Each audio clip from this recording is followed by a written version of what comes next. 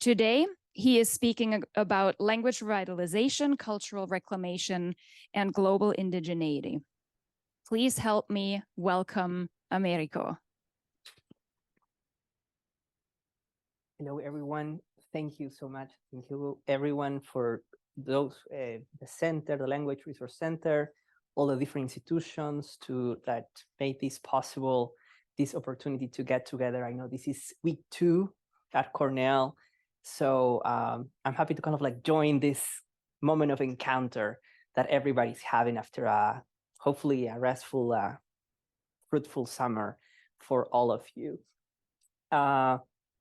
Today, as it was introduced before, I will be talking about language revitalization, cultural reclamation, and global indigeneity.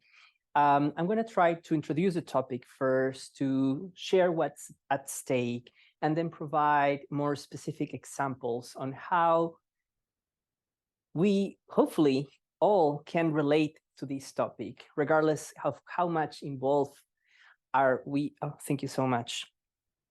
With this topic. Before starting, I also would like to appreciate all the staff that made this possible. Since I arrived yesterday, many different people have been very helpful, very kind, and also, of course, the people that we don't see, like the cleaning staff that made this space possible to happen. I would like to start, since we are this is a very, I would say, comfy space. Hopefully we can have a more engaging interaction. I would like to show you some images, and I want to ask you if you're familiar with these images. See? Okay. So for those of us who are from Latin America, these are very famous images, but maybe you have been to some of these spaces. So please, if you could help me, if you look at the picture at your right, can you recognize that space? Yes, what is the name of that space? Machu Picchu, right? Awesome, perfect. How about the one to the top left? It's a bit trickier, right? It's Teotihuacan in Mexico. And the one at the bottom left, Chichen Itza in Mexico as well. When I was growing up in Peru, we would learn that Machu Picchu was this marvelous place built by the Incas, and that the Incas spoke Quechua. We could argue the same about Chichen Itza, great, marvelous place built by the Mayans that spoke Maya. And with Teotihuacan, well, technically not built by the Aztecs, but it was part of the Aztec Empire, and they spoke Nahuatl, right? Here's the catch. We're using the past tense to describe the use of those languages.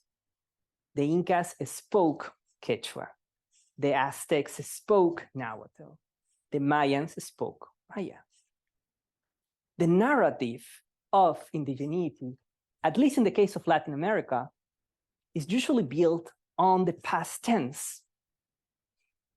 And what it might look like a simple anecdote is part of a bigger construction.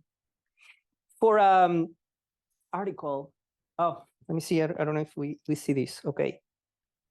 Yes. So another example on how to maybe change or to defy that notion is just to look at the words that we speak, the words that we use in our everyday language, either in English, in Spanish, of course, as a way to defy that view that indigeneity is a thing of the past.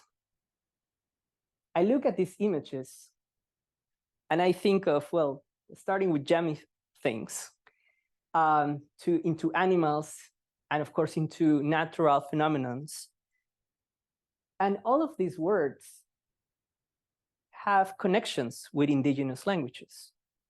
We can start with barbacoa at the left, quinoa, guacamole or aguacate, avocado, cute animals like alpaca, natural phenomena like a hurricane, and finally another animal, coyote. These are all words that are connected to languages of the Americas, Taíno in the Caribbean, Quechua in South America, Nahuatl in North America. So we do use those languages, but maybe we are not so aware of their presence. And as I mentioned, there's this legacy of invisibilization of cultures. And of course, that reinforces stereotypes that end up affecting populations. So when we think of the language, I will always like to remember that there's a community of speakers. Why? Because of this previous stereotype where we connect Quechua with the past, but not with what is going on now. Today, I want to put an emphasis on Quechua, because it's the work that I'm more familiar with, is the language that I'm more familiar with, which is the most spoken indigenous language family in the Americas. In the case of Quechua, we're thinking of 10 million speakers. Just to put that into context, Uruguay has 4 million people. 4 million people live in Puerto Rico. So if Quechua speakers happen to be a state or a country, it would be bigger than Puerto Rico, it would be bigger than Uruguay. So it's not necessarily about the number of speakers, as we can see, but unfortunately about how overlooked those cultures have been. Where Quechua is spoken? Well, it's spoken in Peru, in Ecuador, in Colombia, in, well, mostly Peru, Bolivia, Ecuador, and some regions of Colombia, Argentina, and Chile. But there are also speakers in the diaspora. This picture, the one you can see here, I took it in the Miami area. There are Quechua migrants in New York, in Massachusetts, in New Jersey, in Italy, in London. I was just this summer in London, and they were getting ready for a huge celebration called Inti Raymi. So again, starting with this sense of just changing, we're going, again, as I mentioned, for those of you who are just arriving, general notions of what I'm trying to explore. First, what are the misconceptions of language? My students love memes, and that's what I'm happy and proud to present to you, one of them made by one of my students.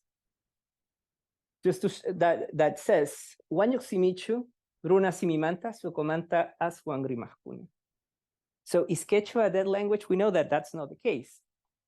But, well, Quechua has more speakers than Swedish.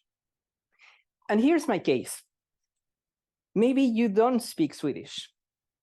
But if I tell you, hey, there is a university in Swedish, you're like, of course. There are apps in my phone that I could potentially download in Swedish. Sure, why not? There are academic papers written in Swedish. But why, when we say the same about Quechua or Nahuatl and Maya, we feel like, wow, surprising, amazing, or rare? Going back to the previous idea that is unfortunately not about numbers, but the ongoing legacy of discrimination. There are many cases. I'm just going to point out to one. In Peru, in my home country, we had a period of violence. It's known as the internal war between 1980s and the year 2000. And around 75% of the 17,000 people that were killed were speakers of an indigenous language. The majority of them speakers of Quechua. So as hard as it might sound, speaking Quechua or Quechua, until very recently, it could be an equivalence of a death sentence. So acknowledging that legacy of discrimination is also is a way to understand better the current status of the language. Despite all of that, people resist. We think of indigenous resilience and ways to keep culture alive and to pass it on and to adapt it to new context. We mentioned at the beginning that Quechua is spoken not only in the Andes, but also in the diaspora. But we can think of these images of Inti Raymi, this Andean festivity, happening in Peru's capital, like Lima, or at universities like the Universidad del Chimborazo, and in Ecuador, in Riobamba, or in other cities like Cochabamba in Bolivia. Because we usually tend to associate Quechua with only rural areas, with ignorance, with poverty. And of course, those challenges exist, but we need to go beyond those stereotypes as well. In the particular case of Peru, there are 48 indigenous languages, where Quechua is the most spoken one. Despite all of this history of violence, that of course is not only about the internal war, but it goes back to the colonial times. And we can see that if we check at this data, is about 1 out of 10 people in Peru that speak one of the varieties of Quechua. And which is the city with the biggest amount of Quechua speakers in the world? Lima, the country's capital with 500,000 speakers. And even if we, and because of that, young people are becoming very aware of that situation. And these are quotes from two Quechua singers. One is Renata Flores, who is a YouTuber, trap singer, feminist artist, who is, I think, 21 years old. She's aware that Quechua is a language that, as the quote says, is still seen as a symptom of poverty. But as Liberato Cani, another rapper in Quechua, says, speaking Quechua is an act of resistance. The reason I'm mentioning this is because, let's say, almost 4 million people in Peru alone reported to speak Quechua. But in the same census, this is from 2017, almost a quarter of Peruvians identified as Quechua. So 1 out of every 4 Peruvians, they claim that identity. Which means that even if they don't speak the language, there is this need to reconnect, to reclaim, and to celebrate the language and the culture. And as educators, what do we do with that? That is happening in Latin America, but that is also happening here in the United States. First, within the scope of Latinidad.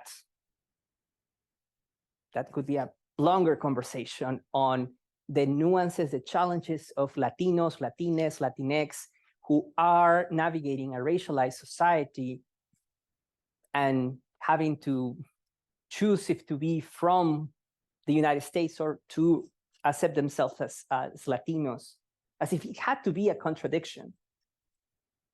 On top of that, we see that more Latinos, more Latines are also trying to bring up the aspect of indigeneity and also the aspect of Afro-Latinidad as well. As educators, then I bring this question of like what universities then are doing to support the study of indigenous languages and cultures. If we have this phenomenon of migration, this phenomenon of cultural reclamation, this acknowledgement of legacies of discrimination, and we are here in academia.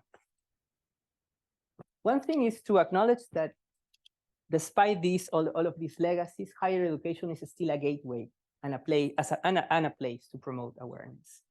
And we have the opportunity to contribute to change the narrative on promoting an open discussion about colonial legacy, anti-Blackness, anti-Indigeneity. And of course, raise questions on how potentially change this conversation.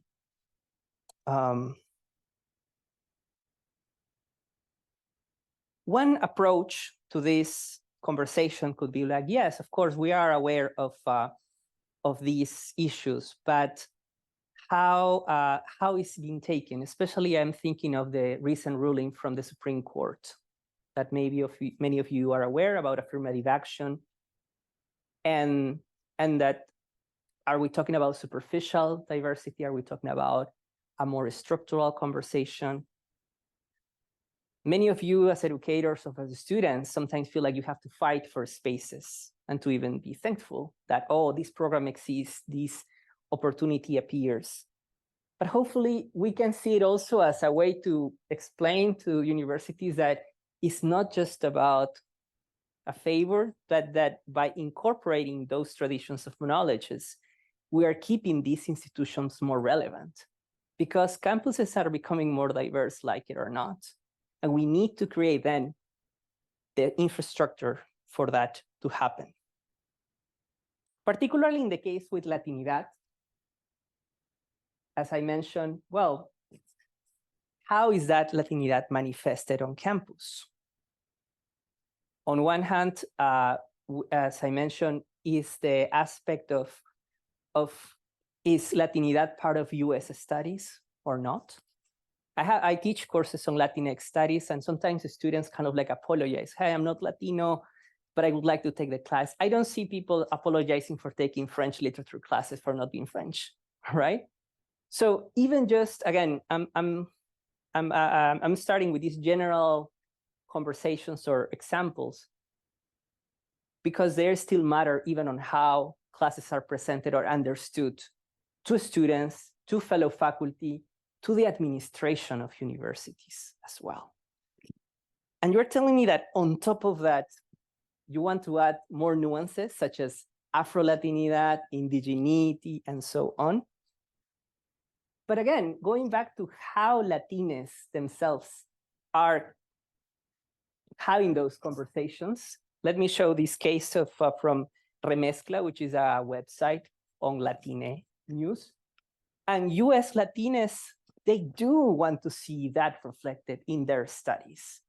They're like, yes, I am from here. I am from Chicago. I am from New York. I'm from Philadelphia. But I am also Latine, but Latine in a particular way. I want to learn about Afro-Latinidad. I want to learn about indigeneity.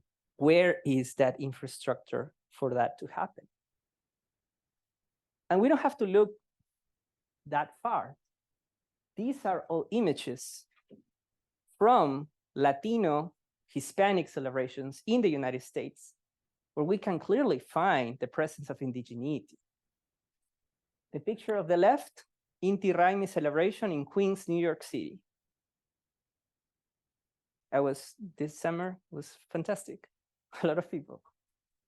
Danza Azteca, in many schools fostered under the names of Ballet Folklórico or just Danza Azteca, mostly in the southwest of the United States.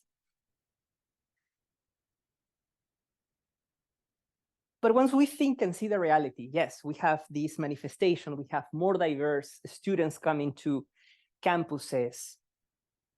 How can we create the infrastructure? And how can we defend or propose that it's not just about superficial diversity that what we want to create? We need to build something that, let's say in the case of language, what some people define as language prestige. When we learn French, I remember when I was looking for classes to learn, the flyer, what does it have? Usually the Eiffel Tower, the Louvre. Oh, if you learn French, you're going to access to certain literature, certain philosophy, certain art, why not the croissant, certain foods. But when we look at indigenous languages, sometimes it's like, again, a language of the past, maybe just a tool. Oh, I need to do research. I need to So I need to read this document, which is not wrong, but why do we use that double standard? We need to work on that. And one way is to, for example, that many scholars, many indigenous scholars have been using to build a case on adding complexity to the study of indigenous languages, is to recognize the presence and the need of indigenous knowledge systems, which are, this definition mentions, a series of practices and wisdoms developed within indigenous societies from across the world. And being aware of indigenous knowledge systems is tricky. Let me maybe explain or try to explain that it's not just about learning about other societies, but learning in a different way. Because sometimes people argue, well, I mean, you eventually through Western science, through Western knowledges, we could get to the same place. And it's like, let's step back a little bit. It's not just about learning more, but about learning in a different way. And let me put one example.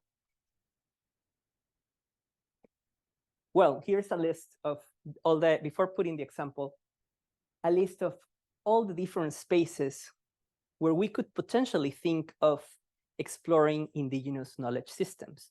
This talk is about language, but many of you, maybe you're not particularly studying language, but you care about food security, you care about philosophy, you care about wellness, you care about reparations, you care about even about entrepreneurship. I had a colleague in my previous institution that work on Maori entrepreneurship, for example. And there's people who are working about Aymara ways of trading in Bolivia and the south of Peru. Just to put examples of what are we talking with the incorporation of indigenous knowledge systems. But to put a language-related example, we can think of the word Pachamama. The word Pachamama, we can translate it as Mother Earth. That will be the literal translation. We have Earth, we have Mother Earth. But the word that, of course, encompasses way, there's a more complex context behind that, is an invitation to see the Earth not only as a commodity, but to think it and reflect it in a relational way. That we belong to the planet, that we have a relationship to the earth. We can think of practices. In the Andes, people do pago a la Pachamama. It's a way of appreciating the Mother Earth. And if we and that space could be a way for indigenous populations in the Andes to then have conversations and share their views on environmental issues, which is a topic that we can all, I guess, agree that is an ongoing global issue. And once we recognize that, yes, in Quechua, there is a word that, of course, is not just a word, it's what the philosophies, the thinkers, the traditions, the practices that are behind that word. And we have to say, wait a second, then who are the philosophers behind that word? If we think of Greek philosophy, I bet we can all say Plato, Aristotle. Can we name a Quechua philosopher? And if we can't, don't worry, let me give you one name. Tarsila Rivera is a Quechua activist, is a leader, but also a member of the UN Indigenous Forum. And let's say if we think of the word Pachamama and the value and the complexity and all of that, then of course we have the opportunity to refer to her work, to what she does, what she keeps doing, the organization she founded, Chirapaj. And then we can also point out to concrete practices such as andenes, that are terraces that avoid floods. And in order to create analogies with what we are more familiar with, we could be problematic, but at least for illustrating, we could call this green architecture, which in fact it is. It's just that maybe when we think of green architecture, we don't think of this. The same way as I always ask my students, if you hear the word technology, what comes to your mind? And people are like, I don't know, an iPad or a lab with people are working with DNA. But do people thinking of potatoes at 15,000 feet of altitude?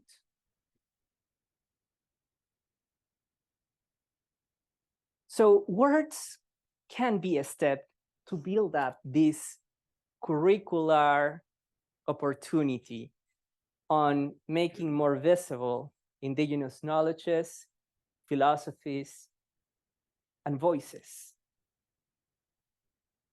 I mentioned before when I mentioned the list of potential spaces where we can think or create a space for indigenous knowledge systems. One of them was land acknowledgements. This is the one from the university. And it's a reminder of the lake that is next to where we are, the history and the land where we are working, and how much or how little we are connecting with that heritage. In terms of curricular approaches, again, I understand that maybe not everyone in the room might be specifically working with Quechua or with Navajo or with a particular language. But for example, in the case of Spanish, when many Spanish language textbooks, they do kind of like a similar exercise to the one I did at the beginning of this talk. Machu Picchu, past tense, Incas. How can we contribute to change that? As my colleague Anne Fountain mentions, yeah, there are few textbooks that have a conscious focus on indigenous presence today. This is one example from a book that just came out this year from Georgetown Press. And in terms of like the curricular space, I think that once we work, let's say, once we see this exercise or this opportunity as a way to create infrastructure through the language, through the recognition of voices, through the acknowledgement of philosophies, knowledge systems, then we are like, okay, so we can create more community outreach. We can recognize indigenous heritage. Let me put you another example. When I'm part of an organization called the Quechua-Alliance in 2015, we started offering awards to Quechua scholars. And I was gladly and sadly surprised that the first person who is a very well-known scholar that we admire, Clodoaldo Soto, he wrote a dictionary. Actually, I think he taught at Cornell at some point. It was the first time he was getting an award because there were no awards for Quechua scholars.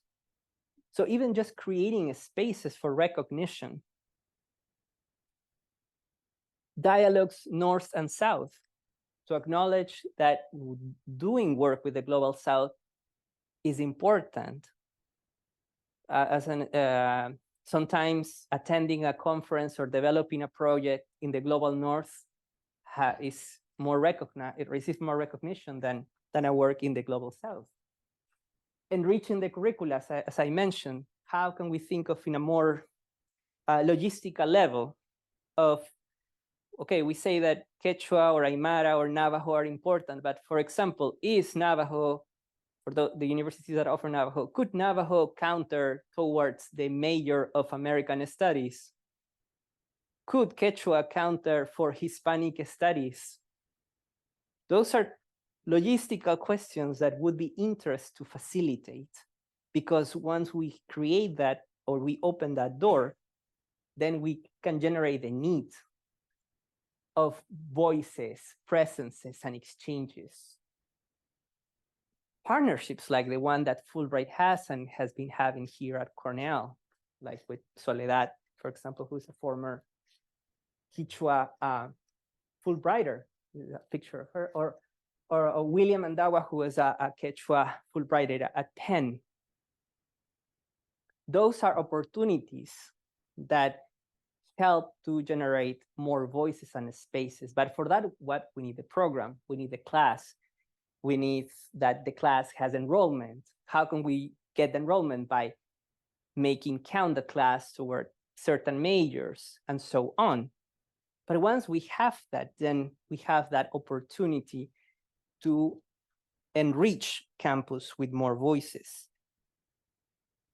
Because then offering Quechua, or offering Navajo, or offering Aymara, hopefully is just not a platform for the language itself, like the way how Quechua was taught in the past, just as a tool for research, but as a complex language, the same way as when we learn Spanish or French or German.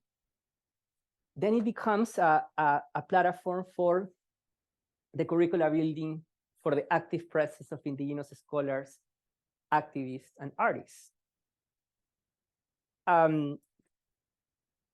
Before working at Harvard, I used to work at the University of Pennsylvania, and they have this institution, like it's an old institution with a long tradition, and they have a writer's house for, like, I think it's 200 years old. Not 2000, that's too much, but 200 years old.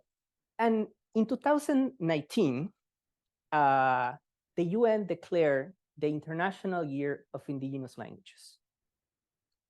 And we reach out to the house and we ask them, hey, have you ever hosted a writer that speaks, that writes in an indigenous language? And the answer was no. But let's do it. So, of course, it's the recognition of a legacy, but also the proactiveness of collaborating. And then we were lucky enough to have Pablo Landeo, who is a National Prize of Literature of Peru. He wrote a novel that has no translation into Spanish or English or any like European language, called Acopampa. Smithsonian awardee poet Irma Álvarez Cosco, and so on. And therefore, hopefully, little by little, the same way as we know, if we can easily name 2 French writers or 2 English language writers, we will expand our notion of what general culture should be, and be able to name 2 Native American scholars or 2 Quechua philosophers, and so on. This picture is from my class at Harvard. We had a Zapotec poet, Dr. Felipe Lopez, who is also an example of diaspora, because he was born in in Oaxaca, speaking Zapotec. He migrated. He has written about that. I'm not sharing any secret. He learned Spanish while in California, and well, now he's a scholar on the topic. But all of those spaces are possible because there's people working in infrastructure. There are students who are coming to higher educational spaces, and they want to make sure that these conversations are happening. And because there's faculty who want to take that opportunity to change things. Of course, it's not easy. It's easy to say it, and I understand that all of this takes time. But hopefully it's the opportunity to build up a meaningful program or programs with medium and long-term goals to support the creation of more diverse spaces in campus. Maybe I don't speak Navajo, but I want more diversity in campus. We can all be allies and contribute to that. And by doing that, hopefully to make resources more accessible and not just available. When the Fulbright Quechua position was created, they didn't take into consideration that for a Quechua speaker to apply, for those, maybe to offer more context, Fulbright scholarships, as some of you might know, are very prestigious. They require a lot of preparation. And usually they target academic elites in the US and abroad. But if you want to create a scholarship for Quechua, we need to acknowledge that in the case of Quechua, we're not asking bilingual people.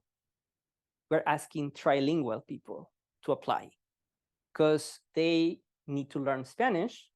They speak Quechua or Quichua, then they have to learn Spanish, and then they have to learn English. And on top of that, because of this history of discrimination and lack of opportunities or gap of opportunities, we're not reaching out to economic elites. So the system is not just about offering it the scholarships, but to make it accessible, to create meaningful diversity, if that's what we really want to, when thinking of offering languages, when bringing scholars, and when working on this infrastructure. And one way that I think it helps to make a case, because I understand that of course that costs, that's budget, that's resources, that's time, is to see that what institutions have to gain from that. I mean, of course, perspective, a lot of enrichment, but to see that indigenous issues are also global issues. When we think of the Paris Accord, environmental talks, global policies, do we see indigenous peoples at the table? Even though 60% of the most vulnerable territories by climate change are where indigenous people live, habitate, therefore they have the knowledge, the practices.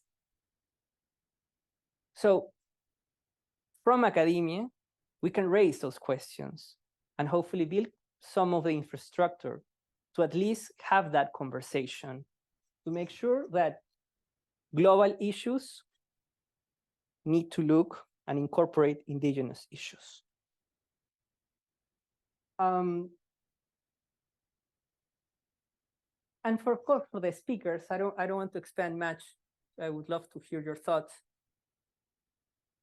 This I've been mostly speaking of what happens within academia, but of course, what we do also has an impact and sends a message to the speakers who for so long have been told that their languages should disappear, or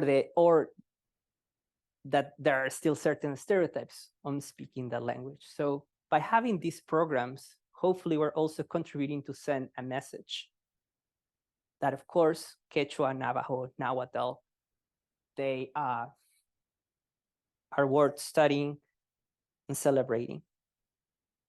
And it's because there is a need. During the pandemic, in the Andes, we had a huge need of bilingual teachers. We have the need of people working in technology.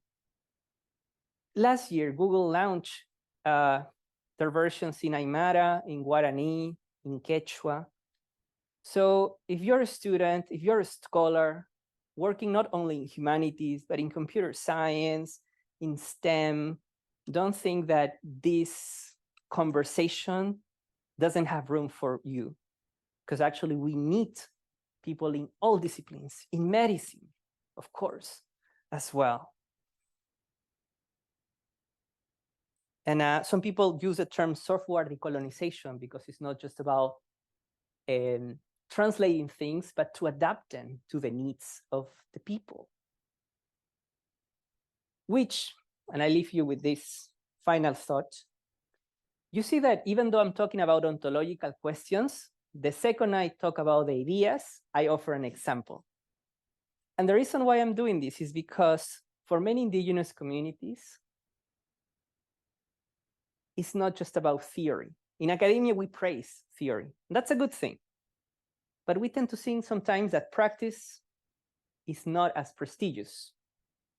Sometimes much of the ideas or work that I'm showing in academia is counted as service, not as intellectual production. But for indigenous communities, abstraction and practice are intertwined.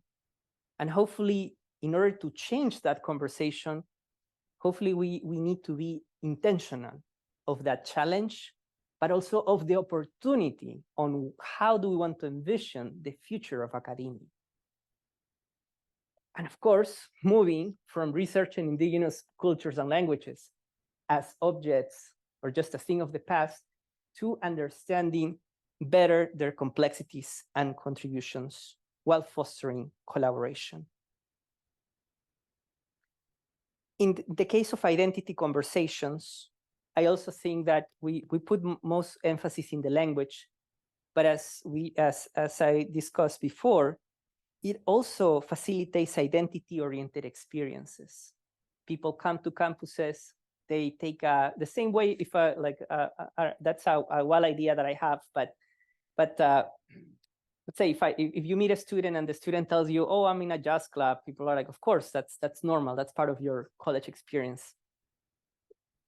How about in 20 years? "Oh, I'm in a Quechua club," and make it part of that. Like, of course, this is something that universities provide because it has an intellectual value, a cultural value, the same ways as the jazz club, the same as the film class, the same way as the Italian Glee club, etc. Because, and this is a picture from a meeting we had at Harvard this past April from the Quechua Alliance. Because of course, when we dive into these aspects of identity, hopefully we can think that being North American, in the case of the US, is not about just passive adaptation. Coming to academia shouldn't just be passive acculturation, but again, being intentional, an opportunity to dive, to approach into different identities, into build up different ways, learning in different ways in the case of knowledge. These are some images of students. I just wanted to leave you with some views that some of our students who have shared testimonies about their impact and the value of coming to universities and finding that there's a Quechua class and how that collaborates into their intellectual enrichment, but also to their identity affirmation, not only for Quechua or Quechua students, but also for students without a background in Quechua that want to learn and celebrate that aspect. These are some of these testimonies that I'm passing through fast to show. In summary, universities or the professional world pushes us to be more global. That's a great thing. That's fantastic. But why not also being more intercultural as well and see it as part of the component of the reach of global, a global but not imperial, a global that is diverse, a global that offers different ways of learning and different ways of being. I'm leaving you with a list again of indigenous knowledge systems in case you're curious to explore. And well, thank you so much for your time. Thank you. Américo, thank you very much. You've given me personally a lot of food for thought, lots of things to consider as we interact and engage with our students and not take what we see for granted, and especially thinking about affirmation of student identities. At this point, we would like to open the floor for questions. If there are questions on Zoom, please put them in chat and we will get to them. But are there questions here in the audience?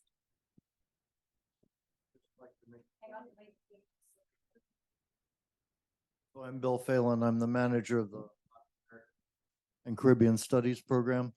And when we first brought Quechua back with Soledad, we had 20 students in the first room where we asked people to come and decide what time would you like to hold the class. 20 students. Now they all didn't stay because they couldn't. Those students decided, because they were from engineering, they were from biology, they were from College of Arts and Sciences, they decided to meet what time? The only time that they could all fit, 8 in the morning.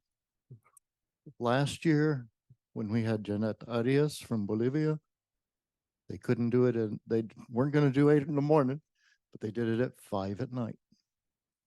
There's plenty of demand. And then we also have an internship program in Ecuador, and some of them go to Andean regions. We've had 2 students last year who studied with Quechua midwives, learning about the plants that they are using to heal. And one of them is now returning in next week with a Fulbright. So just wanted to say it's working. Thank you. And it is actually wonderful that both of our Quechua FLTAs are at this talk. We have Soledad here in person and Janeth is on Zoom. So it is a close community, and we hope that we can build on that in the future as well. Other questions from the audience, either online or yes. Américo, thank you for your talk. I was wondering, because at the beginning you started with this idea of indigenous people, indigenous language as something about the past, right? And you kind of told us about how to kind of perhaps bypass, right, these stereotype. But I was wondering about how you feel or your thoughts about the notion of the exotic, right? Because also comes about with things here in academia or whatever in the US. Whereas, things are Latine or from Latin America, and particularly indigenous, are always kind of deemed as exotic, right? So how do you see that as a challenge to, take things seriously and without this kind of tainted and completely, racialized and classed undertone and tone and the like? So yeah, thank you. Thank you so much. I think, well, one thing is the systemic aspect of it, right? I mean, academia has this colonial legacy, still has it.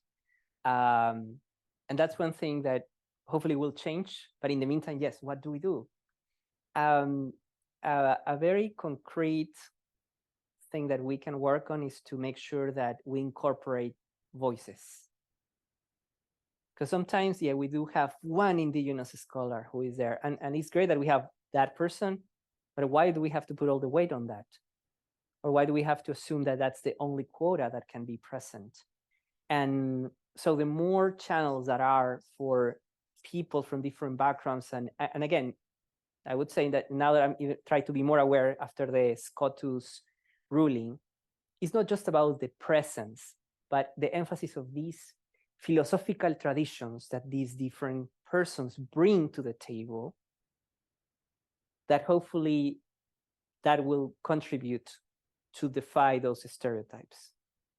Because sometimes we have a huge expectation for 1 or 2 persons in the room, when in reality is making sure that we never think that one person from a more mainstream tradition represents everything, because we have enough representation of that. So by creating more channels to learn from voices, that could be one of the many ways. Thank you.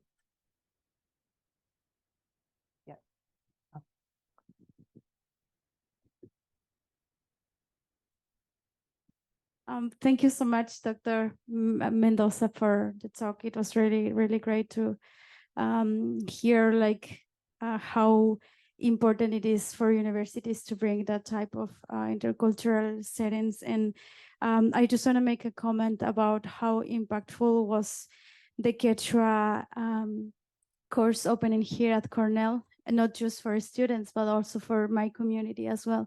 Because actually it's been the first time Salasaka, which is my culture and which my community, a Salasaka person has gone very far, taking its own culture, taking its own language, so other students who are not very close to the culture can learn this one.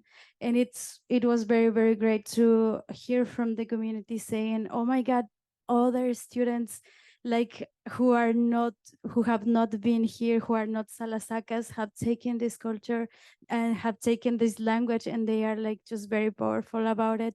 And we are part of this culture, and we don't even care about strengthening the language. And it was kind of a motivation for the community to keep on having this language very strong, And on the other side, here in my students, I keep like in contact with them. Many of them are very engaged with their communities because the majority of them were Peruvian.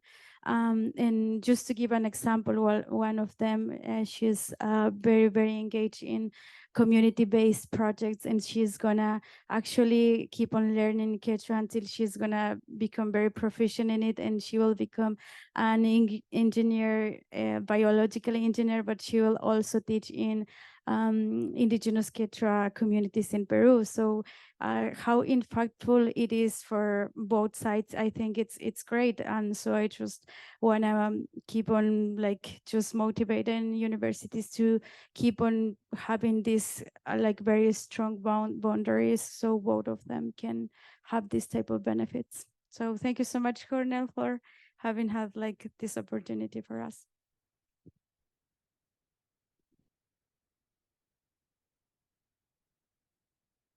Thank you. Thank you so much. That was great.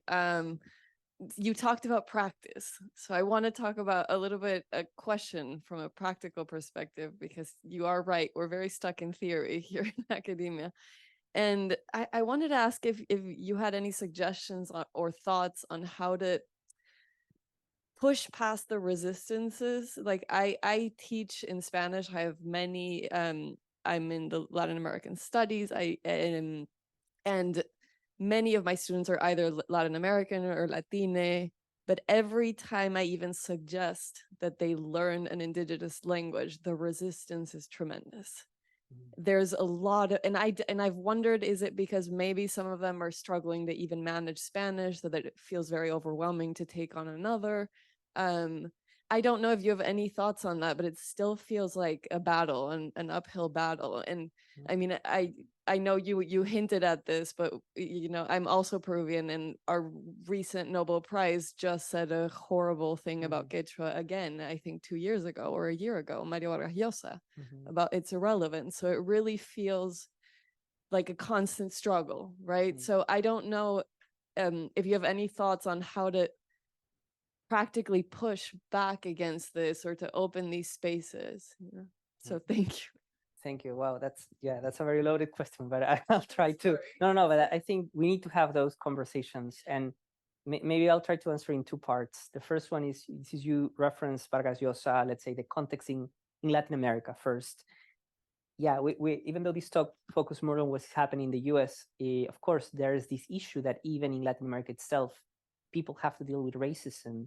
And in Peru, recently, there were some social state repressions that were targeting people that were Quechua speakers, mostly in the regions of Ayacucho and Puno, that 60 people died, and most of them were killed by the police forces, by the state, and nothing happened because they happened to be Quechua speakers. So, and so even in our own countries, there's a division that the people who grew up in the cities, in the capital, can detach and even associate to say that, oh, Quechua speakers, unfortunately, I'm going to use a strong word, but they're terrorists, for example. That again opens the wounds from what happened during the internal war in the 80s about that. Many people are even they don't want to talk that it was a war. They feel offended. But actually, last week I was just in Ayacucho, and they just found a new, I don't know how to say that in English, fossa común, like a mass grave of people that were killed, and so because it's painful. We don't want to talk about that. It's traumatic. But hopefully we need to, at least the ones who have the opportunity to reflect about that, to at least open up and bring those conversations, and be patient for those. I mean, because it requires some degree of privilege to even reflect on that, and be patient on the process. Who may be those who struggle and who come from a context where that conversation hasn't been possible. To go to the second part of what happens here, then, because of that background, I have had many students at Penn. I had the opportunity to start the Quechua program. So when we had to launch all the different things, many students were like, I work so hard I bet it's the same thing to Cornell. I worked so hard to make it to an Ivy League school on a scholarship. My family is not gonna allow me to waste my credits on this. I am expected to take certain classes. And of course, as somebody who is teaching is like, oh my goodness, no. But also understand it first with compassion, understanding of all of this legacy that is behind. What I did in that moment was, okay, what can I do for those students who probably can't take my class?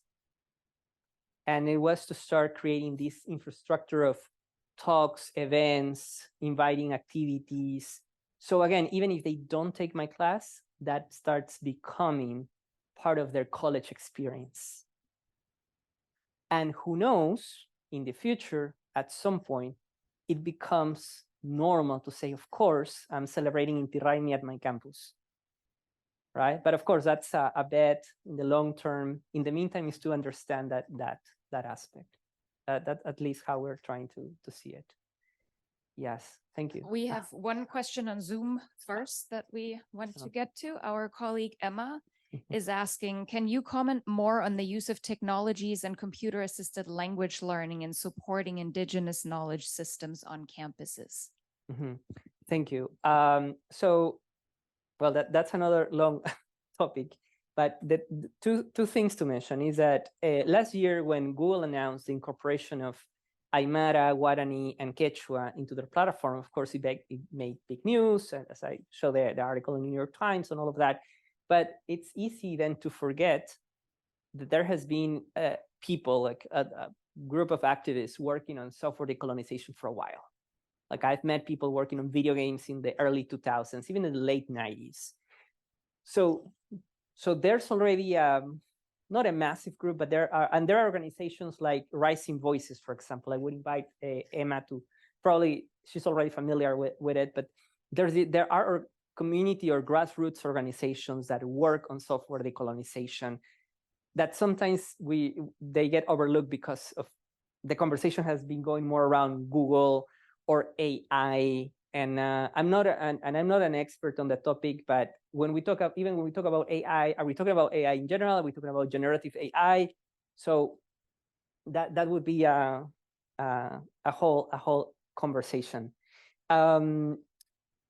The issue with well, at least I don't want to directly on AI, but the colleagues that I am aware that they do is that they need to get data and collect data, and that's expensive. That is expensive. So eventually they will be able to hopefully to get the funding, but I would say that the real way to go is for governments to see it as part of their public policy. And an example that I didn't mention here, but when I have the opportunity to talk to policymakers, is to bring the case of Iceland, because Iceland is an Icelandic, their national language, has, I think, 350,000 speakers. So a fraction of the amount of Quechua speakers, even in Peru. Again, in Peru is 4 million, right? In South America, around 10. And the country already made the case that for national security, they need to think on the future of their language, specifically on digital platforms, because this is how people communicate. And they have created is open access. Anyone can look on this document that the Icelandic government has created on how to ensure that the language remains relevant in a world where, of course, English is the digital language. So the way to go probably would be to think also within the scope of public policy as well. Yeah. We have one more question back here. Thank you, Dr. Mendoza. It's a pleasure to meet you. I am from Peru as well. I am a Fulbrighter. I'm happy to be here as well with one FLTA. I have been studying here in Binghamton University in SUNY, doing my program in sustainable communities. And something that is missing in the sustainability approach or conversation is the cultural aspect. So we don't have cultural indicators to support policy, for example, or to talk about policy making that balance equity, that balance economics, that balance environment. So now I am doing my investigation in that. I know that you have promoted intangible cultural heritage in these programs that you have done in Penn and now in Harvard. You are bringing, for example, this intangible cultural heritage from Cajamarca, from Peru, people that actually knows how to or have this knowledge, not only the language. They have this Quechua knowledge that is actually a culture. And I am trying to measure those intangible cultural heritage that are nominations at the national level that the United States doesn't have, but in Peru we do. So we have those indicators and we can correlate those indicators with other indicators as poverty, for example, economic poverty or Gini. My first results showed that actually the communities that have more intangible cultural heritage at the nomination at the national level reduce the poverty and reduce as well the Gini. So those are the first results of my investigation. That could be a form how we can push back these drawbacks or these bad comments against the Quechua or against the culture. And in the opposite, we can actually empower this culture at the international level. So I think it's important as well to make research and to push policy making. Again, thank you very much. And maybe you would love to talk about a little bit about intangible cultural heritage for our great guest today. Thank you very much. Thank you. Thank you so much. Yes. Well, again, another big topic. No, but I think it's very important. And again, I think that's the nuance. I mean, we're talking about practical aspects, which again, in academia, sometimes it's like, okay, how much do you want to theorize? How much do you want to put these into practice? I think, again, they should be more intertwined. My colleague, Nisha Gelman, she just published a book focusing on the Jupa Valley tribe in California. And her research actually showed how through cultural affirmation, because it's not, it was about teaching Yurok in high school, Yurok language. And her research focused, to put out, let's say, a non-Quechua example, right? That how through the teaching of Quechua, which was, Yurok, reaching out to elders, working with the community, because it's not just like, oh, offering the curricular, but all the community movement that goes around that, and the results, and of course, the impact on the kids learning Yurok language, work on self-esteem, on rates of desire to continue studies, therefore going to college, and so on. So I agree with thinking of ways to generate data for that to happen. We can even also think of healthcare the same way. I mean, if we would have more physicians, nurses who are aware of the different cultural nuances of the people they are attending or working with, that could be seen as an asset. Right? I'm not a big fan of seeing everything practical, but sometimes you need to make the case. If you have better results in terms of like growth or GDP or closing inequality gaps, of course that's an aspect to make the case. Yes, and even I like that, and of course in even the economy, of course the economical growth. A colleague put the example that many people pay a lot of money to go to France and see a sommelier, right? We know that we're willing to pay for that. We know that the person knows how to do the wine tasting, all of that aspect. And we know, of course, there's knowledge around that. That person doesn't have a college degree, or maybe they do. Now I know that there are programs on sommelier, but we're willing to pay for that cultura inmaterial, no? Heritage. Would we willing to do that for a chicha maker in Bolivia? We should, right? We should. But that's an aspect to see that in chicha making. This is a corn fermented drink that people get in the Andes. Of course, there's a process. Which corns do you pick? Which grains and all of that. But and through the process, I'm quoting here my colleague Tania Pariona. She always says that to don't get lost, it's not just to create the economical opportunity, which of course is good, but to put at the center the aspect of cultural affirmation. That it's not just, we're creating the chicha so people can make money. Yes, that's good. But in order to make sure that this is has a bigger impact, to put cultural affirmation in the center, or what people use in the US, the term cultural reclamation. No? In Spanish, I see that people use more afirmación cultural. In the US, cultural reclamation. Thank you. Wonderful. Well, you just mentioned sommeliers and wine tastings. I think that is the perfect segue into wrapping up our event here today. Before we set you all free, a quick thank you again to the Latin American and Caribbean Studies Program for co-sponsoring this event today.